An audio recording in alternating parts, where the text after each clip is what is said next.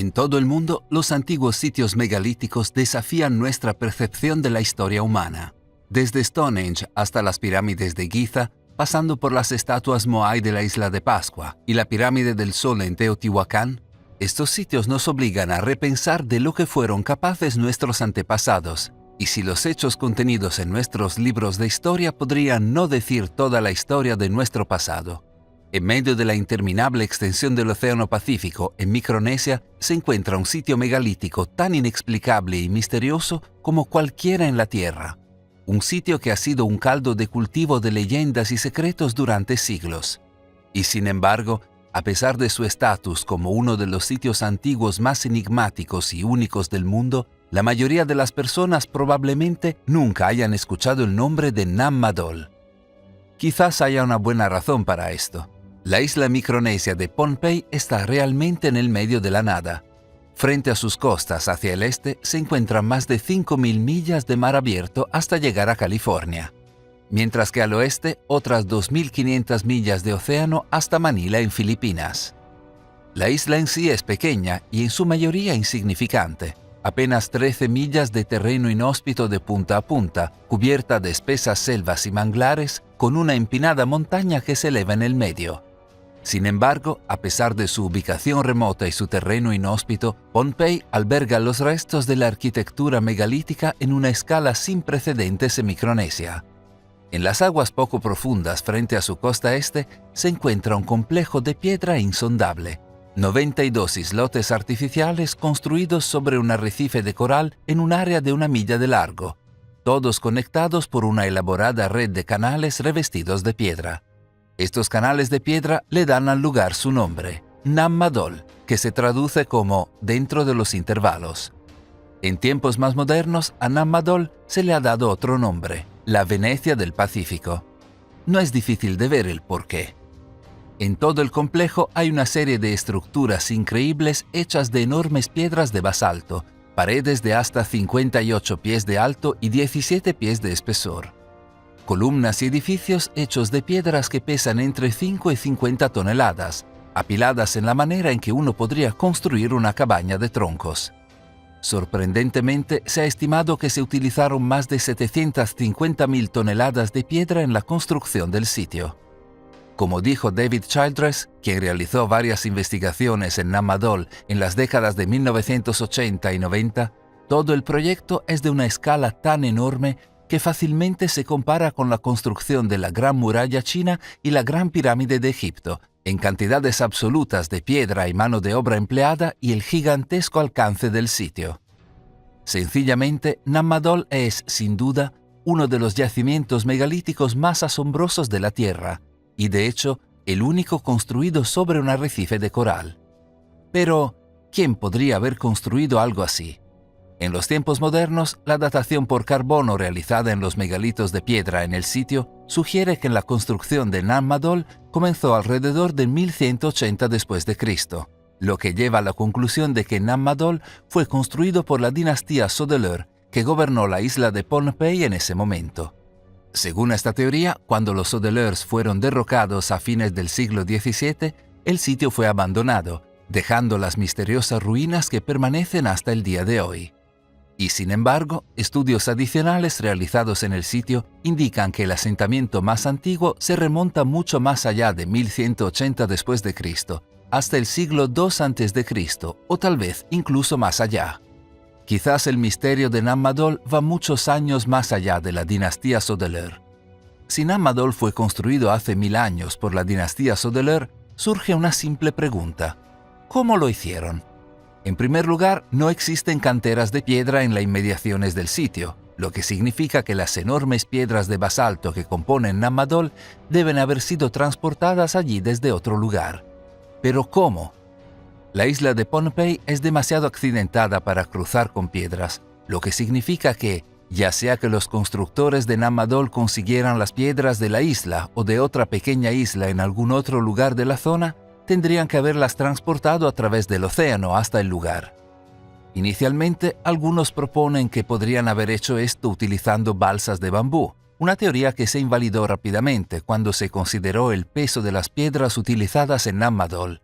De hecho, en 1995, un especial de Discovery Channel sobre Nammadol intentó usar balsas de bambú para hacer flotar piedras que pesaban 1 o 2 toneladas, solo una fracción del tamaño de las que se usaron en la construcción del sitio, pero las balsas se hundieron rápidamente. Pero digamos, por el bien del argumento, que los constructores de Nammadol pudieron llevar las enormes piedras de basalto al sitio, ya sea con balsas o por otro método desconocido. Esto todavía no explica cómo las piedras fueron levantadas y apiladas en edificios, paredes y canales por personas que ni siquiera tenían poleas o palancas u otros avances tecnológicos modernos. Incluso hoy en día, levantar una piedra de 50 toneladas es una gran empresa que requiere una grúa potente y una tripulación experimentada. Entonces, ¿cómo podría haberlo logrado una población de hace cientos de años sin una grúa de este tipo o incluso sin instrumentos básicos de palanca? Pero nuevamente, a pesar de que los Sodelers pudieron transportar las enormes piedras a Nammadol de alguna manera, luego levantarlas y colocarlas sin poleas ni palancas, esto todavía deja un agujero en la explicación. En la época de la dinastía Sodeler, se estima que la población de toda la isla de Pohnpei era de entre 20.000 y 30.000 personas, incluidos niños y ancianos. Simplemente, esta población no se alinea con la mano de obra requerida para completar un proyecto como Nammadol. La isla desolada apenas podía soportar la vida cotidiana de sus habitantes, y mucho menos una empresa como la construcción de Nammadol. Algunos han estimado que, dada la población de Pohnpei y la cantidad de personas en edad laboral en la isla, la creación de Nammadol habría llevado más de 3 siglos.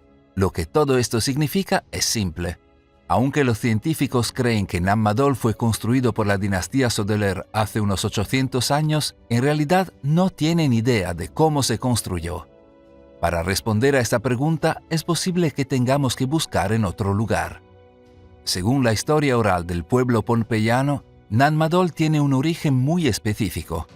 Comienza con la historia de un grupo de 7 hombres y 9 mujeres que parten de algún lugar al otro lado del océano en busca de un nuevo hogar, en algún momento del pasado lejano. Durante su viaje se encontraron con un espíritu pulpo que los dirigió a una isla desconocida en el Océano Pacífico. Pero era un truco, y cuando llegaron, la isla no era más grande que una canoa, ni siquiera lo suficientemente grande como para sentarse allí. Afortunadamente, los viajeros poseían poderes mágicos que les permitieron sacar al resto de la isla por encima del agua, y allí se asentaron, construyendo un altar de piedra en el medio, y llamaron a la isla Pohnpei, que significaba sobre un altar de piedra. A lo largo de los siglos, 5 grupos más de colonos llegarían a la isla, cada uno trayendo conocimientos mágicos secretos sobre cómo mover montañas, levantar arrecifes y dar forma a la isla, construyendo con el tiempo una civilización floreciente. Eventualmente llegó un 7º grupo, trayendo a los hechiceros más poderosos hasta el momento, los hermanos Olisipa y Olosopa. Fueron estos hermanos quienes construyeron Nammadol utilizando sus poderes mágicos para hacer volar enormes piedras de basalto por el aire como si no tuvieran peso, y apilándolas en islotes, canales, paredes y edificios. Tan poderosa era su magia que los hermanos conquistaron Pohnpei, fundando lo que se conoció como la dinastía Sodeler. De alguna manera, esta historia oral completa la historia de la isla de Pohnpei en un tiempo anterior a que se escribiera la historia. Una historia de conquista, construcción de civilizaciones y gobierno dinástico, explicada a través de un mito dramático. Pero mira más de cerca la historia, y específicamente la habilidad de los hermanos Olisipa y Olosopa para hacer levitar enormes piedras que pesan hasta 50 toneladas por el aire usando algún tipo de magia. Algunos han sugerido que esto no era magia, y que la historia no era un mito en absoluto, sino más bien la memoria popular de una tecnología perdida. Pero, ¿qué tipo de tecnología perdida podría haber permitido a un pueblo antiguo levitar piedras enormemente pesadas por el aire? Si has visto nuestro canal antes, probablemente ya sepas la respuesta. Se llama levitación acústica, y se describe como una técnica para levantar piedras pesadas haciendo coincidir la frecuencia del sonido de la materia, haciéndola ingrávida y moviéndola a su lugar. Considera los antiguos sitios megalíticos de todo el mundo construidos con enormes piedras que aparentemente habría sido imposible para los antiguos mover y mucho menos utilizar para la construcción, desde Stonehenge hasta la Gran Pirámide de Giza y muchos otros. Según algunos, la existencia de estos sitios megalíticos sugiere que los antiguos pudieron haber dominado el arte de la levitación a través de sonidos u otros métodos oscuros que les permitieron desafiar la gravedad y manipular objetos masivos con facilidad. A la intriga se suma el hecho de que en casi todas las culturas donde existen estructuras megalíticas hay algún tipo de leyenda que dice que las enormes piedras se movían por medios acústicos, ya sea por los hechizos cantados por los magos, por canciones secretas o por enormes gongs, trompetas, liras o címbalos.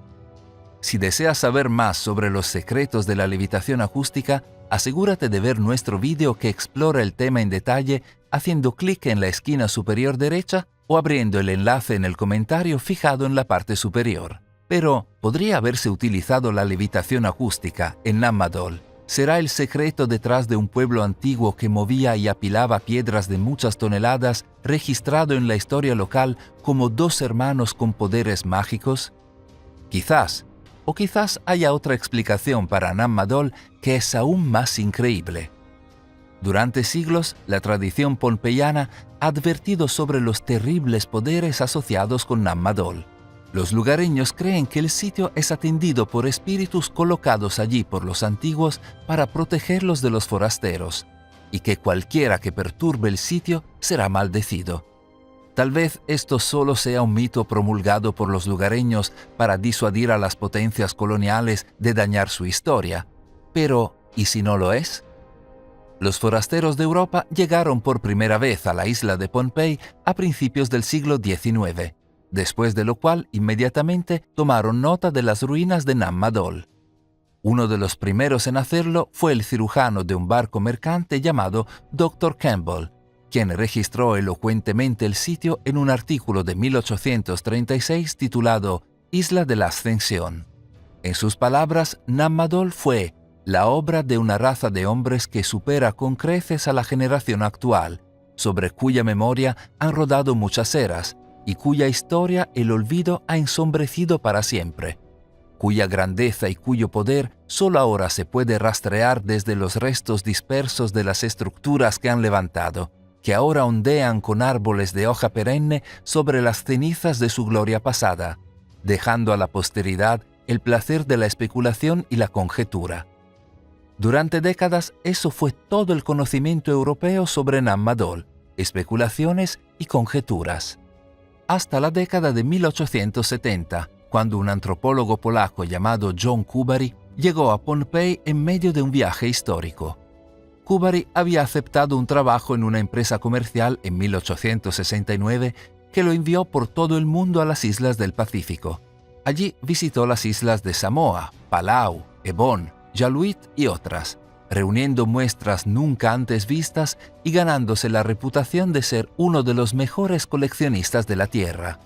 En 1873 llegó a la isla de Pohnpei, donde emprendería la primera exploración y descripción sistemáticas de las ruinas de Nammadol, ya no mirando desde lejos como lo habían hecho los europeos antes que él, sino sumergiéndose en el sitio como antropólogo en un intento de descubrir sus secretos. A pesar de las enérgicas advertencias de los lugareños sobre la maldición de Nammadol, Kubary recolectó numerosos adornos e implementos en el sitio e incluso descubrió criptas inexploradas a las que llamó tumbas reales. Según registra en su obra, todas las tumbas que exploramos estaban llenas de corales. En todas partes encontramos restos de huesos humanos y adornos muy primitivos, pulseras y collares, implementos como hachas de piedra, etc. Las conchas de una especie de spondylus, perforadas en la bisagra y utilizadas como adornos en el pecho, estaban fuertemente representadas. Se ponían en gran número con los muertos en la tumba y parecen haber sido un testimonio especial de la piedad de los nativos. También hemos encontrado alrededor discos en las tumbas, horadados en el medio, tan valorados hoy que sirven como dinero y para adornar el cinto y la diadema. La presencia en la misma bóveda de muchos maxilares inferiores y huesos frontales indica entierros familiares, y el número de las tumbas particularmente notables que contienen huesos se limita a 13. Concluimos que fueron exclusivamente tumbas de reyes o jefes. Para 1874, Kubari estaba listo para regresar a Europa con su increíble alijo de artefactos recuperados en el sitio. Pero en el camino ocurrió un desastre. En palabras de un comerciante que acompañó el viaje de regreso de Kubari a Europa, mientras su barco intentaba maniobrar a través del estrecho paso oceánico en Jaluit, cerca de las Islas Marshall, en lugar de dirigir el barco hacia el brazo sur del paso que conduce al fondeadero, Becker, el capitán, llevó su popa a una punta de arrecife que divide el paso principal en los brazos norte y sur. Él culpó al mal gobierno del barco, pero otros lo atribuyeron a su estupidez. El barco estaba totalmente abandonado esa tarde, y sus manos tomaron sus cuarteles en o cerca de la estación de Capel. Durante el día siguiente, el mar se levantó y rompió sobre el barco que yacía con su cubierta hacia el mar. Sus escotillas quedaron a la deriva, la carga fue arrastrada y luego sus cubiertas volaron arriba. A las 3:30 de la tarde cayó el palo mayor. A la mañana siguiente, el bergantín estaba completamente destrozado y no se veía nada, excepto un montón confuso de hierro roto y retorcido, aparejos de alambre y algunas vergas maltratadas. Así como así, el barco se perdió y cientos de cajas de Kubari que contenían gran parte de la historia de Nam Madol se hundieron en el fondo del océano, perdidas para siempre. Para Kubari el naufragio fue devastador, pero desafortunadamente las cosas solo empeorarían para él. En 1879, la empresa comercial para la que trabajaba quebró, dejándolo sin empleo. Decidió quedarse en una plantación que había comprado en Pohnpei, donde se casó con una mujer local y tuvo 2 hijos. Sin embargo, trágicamente, ambos niños murieron en la infancia. Luego, en 1882, la plantación de Kubari fue demolida cuando un huracán pasó por la zona. Los pocos cocoteros que quedaron en pie fueron rápidamente aniquilados por una plaga de escarabajos que siguió al huracán.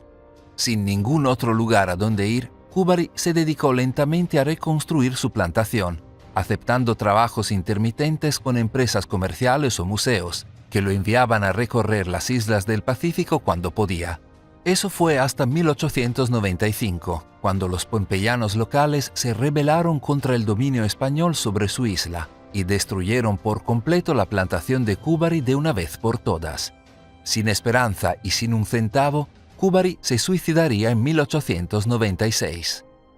¿Era esta la maldición de Nam Madol en acción? ¿Se había traído Kubari esta terrible racha de desgracias cuando retiró artefactos y huesos del sitio en 1873 y 1874? A principios del siglo XX, Pohnpei había llegado al dominio alemán y el puesto de gobernador había sido otorgado a un hombre llamado Victor Berg, un individuo mezquino y vicioso que había pasado gran parte de su vida adulta en las islas del Pacífico. A pesar de que los lugareños le advirtieron fuertemente que no lo hiciera, Berg comenzó a explorar Nam Madol en 1907. En lo profundo del complejo descubrió una tumba sellada que se dice que contiene los restos de los antiguos gobernantes de Pohnpei.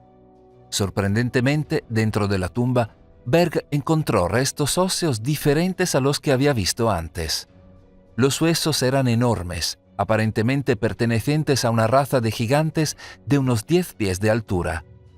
¿Era esto posible?, se preguntó Berg. Y si es así, ¿quiénes eran estos gobernantes antiguos gigantes? La noche de su descubrimiento, mientras Berg intentaba dormir, una tormenta salvaje se abatió sobre la isla, golpeando el terreno con relámpagos y lluvias torrenciales. En la distancia, Berg y otros juraron haber escuchado el sonido de caracolas resonando en las montañas de Pohnpei, mientras, aún más extraños orbes brillantes supuestamente llenaban el cielo mientras la tormenta rugía. Al día siguiente, cuando la tormenta parecía haber pasado, Berg estaba decidido a continuar su trabajo en Nam Madol, pero, mientras se dirigía al sitio, de repente se detuvo y sin previo aviso, cayó muerto donde estaba. Inmediatamente, los lugareños afirmaron que el destino de Berg se había sellado en el momento en que perturbó a Nam Madol. Su muerte y la tormenta que la predeció Prueba, afirmaron, de los poderes sobrenaturales que custodian el lugar. Un médico alemán destinado en la isla tuvo otra explicación, proponiendo que la causa de la muerte fuera insolación y agotamiento por calor, un diagnóstico curioso para un hombre por lo demás sano como Berg, que había estado en las islas del Pacífico durante muchos años y estaba bien acostumbrado al calor. Sin embargo, cómo murió tal vez no sea la pregunta más importante que surge de la historia de Victor Berg. Si su muerte fue resultado de una insolación o de una maldición, aún queda la cuestión de lo que Berg descubrió antes de morir: restos óseos que parecen pertenecer a gigantes. La historia oral dice que los hermanos que construyeron Nammadol eran hechiceros. ¿Podrían también haber sido gigantes? ¿Podría esto explicar cómo pudieron mover piedras tan pesadas? Una cosa es segura: esta no fue la última vez que los gigantes se conectaron con Nammadol. Después de la Primera Guerra Mundial, el control de la isla de Pohnpei pasó a manos de Japón. Al igual que los que habían gobernado la isla antes que ellos, los japoneses también se dedicaron a investigar a Nammadol. Sin embargo, lo que supuestamente encontraron fue mucho más allá de cualquier cosa anterior. Hoy en día, el registro del gobierno de Japón sobre Pohnpei está fragmentado y en su mayoría falta, ya que muchos registros japoneses del área se perdieron al estallar la Segunda Guerra Mundial.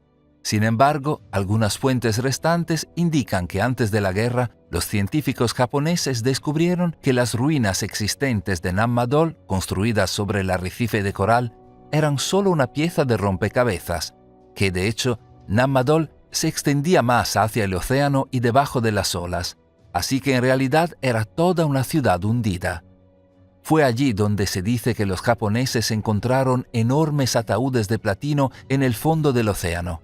Increíblemente, cuando rompieron los ataúdes para llevarlos a la superficie, supuestamente encontraron los restos óseos de humanos gigantes de 10 pies de altura dentro de ellos. ¿Puede ser esto realmente cierto? Lo que es particularmente interesante acerca de estos hallazgos, como los hallazgos de Berg antes que ellos, es que la idea de que existió una raza de gigantes en algún momento del pasado lejano no se limita a Nammadol. De hecho, aparece a través de las tradiciones humanas. En el libro de Génesis, por ejemplo, hay un registro de una raza de gigantes en el pasado conocida como los Nefilim. Incluso en los tiempos modernos se han descubierto enormes esqueletos que aparentemente pertenecen a gigantes en todo el mundo, en los Estados Unidos, África, la selva amazónica, Asia y otros lugares. ¿Es posible que la existencia de gigantes en algún momento del pasado lejano pueda explicar a Nammadol? Si suena imposible, querrás ver nuestro vídeo que reúne toda la asombrosa evidencia descubierta en los tiempos modernos, que sugiere que los antiguos gigantes eran reales y coexistieron con los primeros humanos. Entonces, es posible que desees echar un vistazo a nuestro vídeo sobre el libro de Enoch, que en un momento fue parte del canon judío y cristiano antes de que fuera censurado, y cuenta una historia de la humanidad completamente diferente a la que conocemos hoy. Uno centrado en gigantes y salvajes que pusieron en peligro y saquearon a la humanidad. Pero tal vez, para encontrar una respuesta al misterio de Nammadol, necesitamos ir más allá de los huesos gigantes supuestamente encontrados allí y centrarnos en los ataúdes de platino en los que fueron descubiertos. El hecho es que los ataúdes de platino no son lo único que se ha descubierto frente a las costas de Nammadol. En 1939, un explorador y autor alemán llamado Herbert Rittlinger, que había visitado Nammadol durante el tiempo que estuvo bajo el control japonés, escribió sobre lo que se había encontrado allí en su libro El océano inconmensurable. Según Rittlinger, los descubrimientos frente a las costas de Nammadol, de hecho, fueron mucho más allá de los ataúdes de platino. Como él escribió, debajo del océano había un centro brillante y espléndido de un célebre reino que había existido allí hace incontables milenios. Los informes de fabulosas riquezas habían atraído a los buscadores de perlas y a los comerciantes chinos a investigar el lecho marino en secreto, y todos los buceadores se habían levantado de las profundidades con historias increíbles. Habían podido caminar en el fondo en calles bien conservadas, cubiertas de mejillones y corales. Abajo había innumerables bóvedas de piedra, pilares y monolitos. Lo que los buscadores de perlas no encontraron fue descubierto por buzos japoneses con equipos modernos. Ellos confirmaron con sus hallazgos lo que relataban las leyendas tradicionales de Pohnpei: la gran riqueza en metales preciosos, perlas y barras de plata. En otras palabras, Nammadol era solo una parte de una asombrosa ciudad antigua perdida hace mucho tiempo bajo las olas del océano. Curiosamente, esto se alinea con la leyenda pompeyana que habla de otro reino bajo el océano frente a las costas de Nammadol. En tiempos más modernos ha surgido más evidencia que respalda esta teoría. En las décadas de 1970 y 80, los arqueólogos observaron una extensa red de túneles y cuevas debajo de Nammadol que conducían al océano. Un equipo siguió esta red hasta una colección de pilares y estructuras de piedra a unos 100 pies bajo el agua, especulando que era solo el comienzo de una vasta red de ruinas submarinas. Pero desde entonces no se ha llevado a cabo ninguna investigación a gran escala para determinar qué podría haber debajo del océano. ¿Podría realmente haber otro reino bajo el océano? Y si es así, ¿quién lo construyó y de dónde vino? Algunos creen que ya saben la respuesta. En este canal hemos cubierto en detalle el legendario continente perdido de Mu. Para los no iniciados, la idea fue presentada por primera vez a fines del siglo XIX por un arqueólogo llamado Augustus Le Plongeon, quien afirmó que mientras trabajaba en la península de Yucatán se había encontrado con una serie de transcripciones mayas antiguas que hablaban de un antiguo continente perdido llamado Mu, que se había hundido bajo el océano en algún momento en el pasado lejano. La idea fue retomada en las décadas de 1920 y 30 por un hombre llamado James Churchward, quien afirmó que durante su tiempo como soldado en la India británica se había enterado de un conjunto de antiguas tablillas de arcilla que hablaban de un antiguo continente perdido en el Océano Pacífico llamado Mu. Según Churchward, el continente, que se extendía 3.000 millas de norte a sur y 5.000 millas de este a oeste, albergaba una antigua civilización avanzada que existió hace 50.000 años, antes de hundirse repentinamente en el fondo del océano y desaparecer para siempre. Dada la ubicación de Pohnpei en el Océano Pacífico, algunos creen que Nammadol representa las afueras del legendario continente perdido. De hecho, esto fue propuesto por el propio Churchward en 1926, antes de que se descubrieran los ataúdes de platino o los túneles subterráneos. ¿Podría esto realmente ser posible? ¿Podría otro reino bajo el océano frente a las costas de Nammadol ser realmente los restos de una antigua civilización avanzada de decenas de miles de años en el pasado? Algunos dicen que hay aún más evidencia que dice que sí. La isla de Pohnpei, aunque aparentemente se encuentra en el medio de la nada, de hecho se encuentra en un lugar notable del globo, justo en medio de una zona de 300 millas de largo en la que nacen los tifones, donde se desarrollan las primeras etapas de su poder y severidad. Hoy en día sabemos que los tifones se forman no solo como resultado de las corrientes de aire frío que chocan con las aguas cálidas del océano, como se ha postulado durante mucho tiempo, sino que también tienen un componente electromagnético. Dada su ubicación, algunos miran las enormes piedras de basalto de Nammadol, que tienen fuertes propiedades electromagnéticas, y proponen que deben haber sido colocadas allí para descomponer las cualidades electromagnéticas de los tifones cuando intentaban formarse, haciéndolos liberar su energía en forma de aguaceros y protegiendo la zona. En otras palabras, Nammadol no es una ciudad antigua, sino una especie de proyecto de modificación del clima construido intencionalmente. Esto ya sugería una capacidad tecnológica más allá de lo que es posible en los tiempos modernos, pero algunos lo han llevado aún más lejos, profundizando en las propiedades electromagnéticas de Nammadol. Considera que la isla de Pohnpei produce una ligera actividad sísmica constante, que genera piezoelectricidad. Algunos creen que cuando esta piezoelectricidad se encuentra con las gigantescas piedras de basalto magnetizadas dispuestas en canales, muros y torres en Nammadol, el sitio se convierte en una fuente de energía. Como el autor Frank Joseph describió en un libro sobre el tema, transformar el campo magnético vertical natural del basalto en una espiral amplificaría el poder de cualquier descarga piezoeléctrica, haciéndola girar en un circuito cada vez más estrecho, y luego enfocando el haz de su corona concentrada hacia el cielo. Más simplemente, Nammadol nunca fue una ciudad, ciertamente no en el sentido ordinario de la palabra, sino una central eléctrica indudablemente construida por los antepasados de los pompeyanos. Increíblemente, esto suena similar al trabajo pionero de Nikola Tesla, quien propuso algo similar para su legendaria torre Wardenclyffe a principios del siglo XX. Si aún no has oído hablar del trabajo de Tesla sobre este tema, debes ver nuestro vídeo que examina la creencia de Tesla de que la Tierra podría bombearse para obtener electricidad y cómo pensó que podría hacerse. El enlace también está en la esquina superior derecha y en la sección de comentarios. Es posible que los habitantes de Pohnpei hayan estado trabajando con el tipo de fuente de energía propuesta por Tesla hace miles o decenas de miles de años. ¿Podría Nammadol realmente haber sido una antigua central eléctrica alimentando una civilización antigua avanzada? Al menos una cosa está clara. Incluso si Nammadol es simplemente un megalito de 800 años construido por la dinastía Sodeleur, se erige como una de las estructuras más asombrosas de la Tierra. Pero podría ser mucho más que eso. La clave de los secretos del pasado de la humanidad, del mítico continente de Mu y de una antigua civilización avanzada. Gracias por ver. Si disfrutaste este vídeo, deja un me gusta y asegúrate de suscribirte haciendo clic en el botón de notificación para ver más vídeos como este.